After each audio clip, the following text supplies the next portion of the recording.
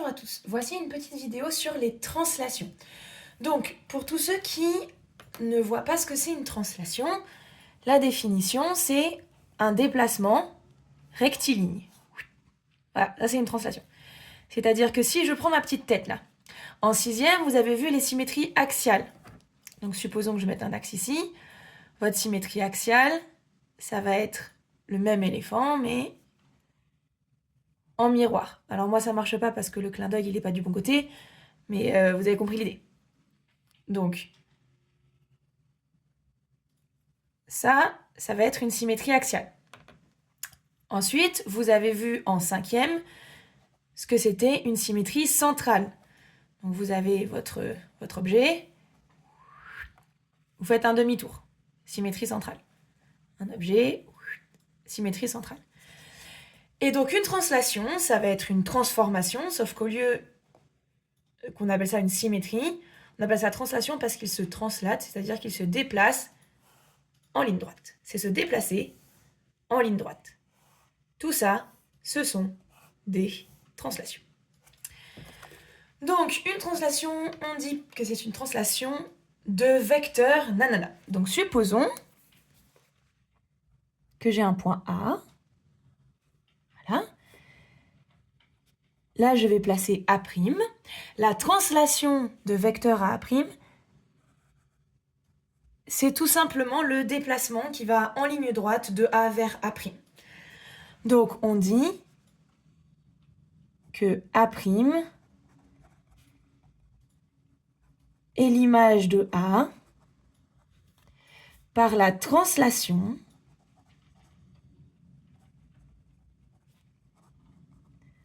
de vecteur à A'.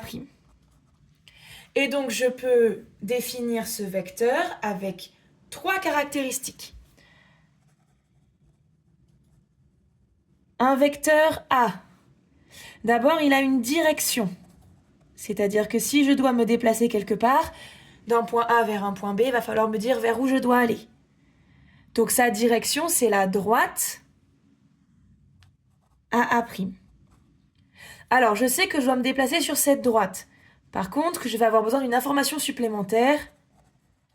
C'est le sens. Je dois aller de A vers A'.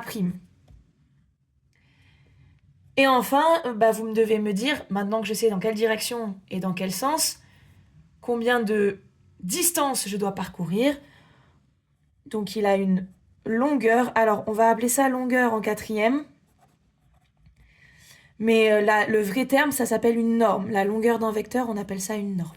C'est la même chose que longueur. On appelle ça une norme. Distance, ça va plus être pour les segments. Quand c'est un déplacement, on appelle ça une norme. Avec ces trois informations-là, vous pouvez faire la transformation de n'importe quel point de l'espace selon le vecteur A'. Donc par exemple, si je fais un point B et que je vous demande de trouver l'image de B' par la translation de vecteur A', vous devez appliquer le vecteur A' depuis le point B. Donc en fait, le point B, c'est votre départ. Donc, quand vous avez des carreaux comme ça, le plus simple, ça va être de compter.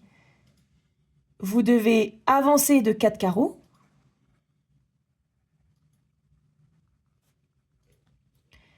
Et 1, 2, vous devez descendre de 2 carreaux. Donc, vous allez faire exactement les mêmes pas pour aller de B vers B'. 1, 2, 3, 4. Je descends de 2. Les vecteurs A' et BB' sont égaux. J'ai donc créé l'image B' de B par la translation de vecteur A'. Donc, ce qu'on va vous demander dans tout ce chapitre, c'est tout bête. Ça va être tout simplement d'appliquer. Donc, on va vous donner en fait un vecteur. Donc, je vais prendre n'importe quel vecteur. Je vais prendre ce vecteur-là. Ensuite, on va vous donner une figure.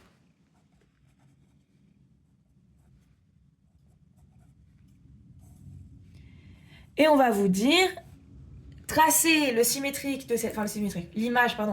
l'image de cette figure par la translation de vecteur A'.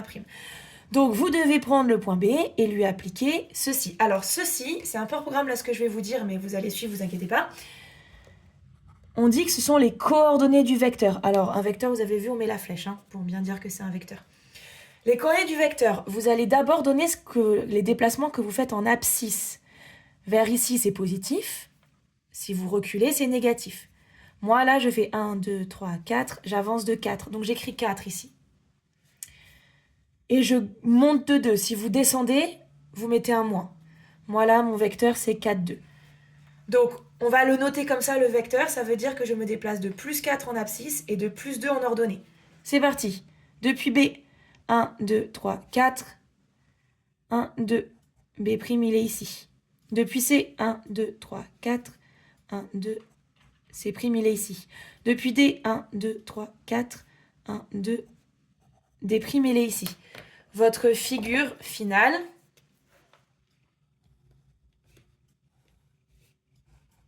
est ici.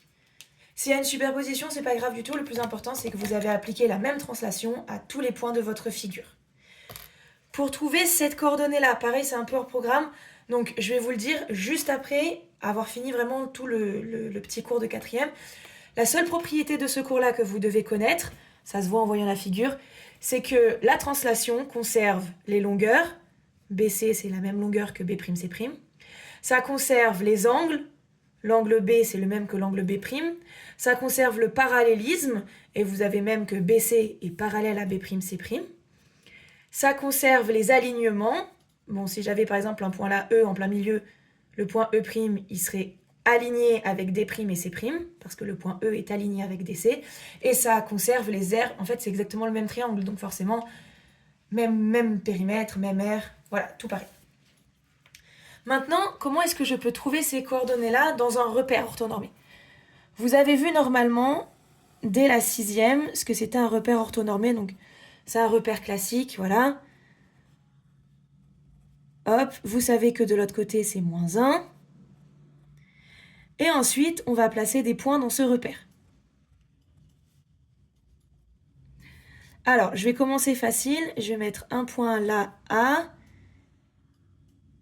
et un point B ici. Et ensuite, je vais faire un peu plus dur et je vais mettre un point C là. Alors, si je veux les coordonnées du vecteur AB, j'ai deux façons de faire.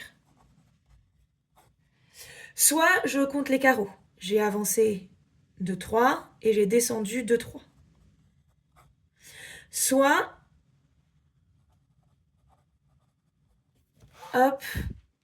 soit je fais les coordonnées de B moins celles de A. Donc B, ses coordonnées, c'est 1, 2, 3, 4, 5.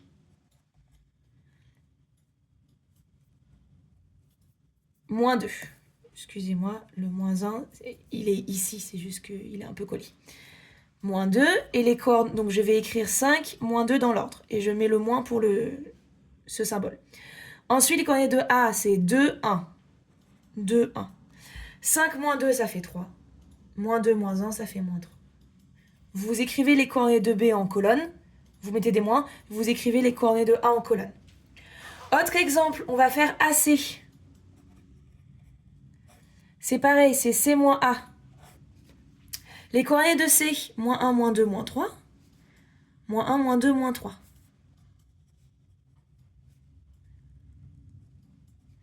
Ensuite, celle de A, c'est toujours 2, 1.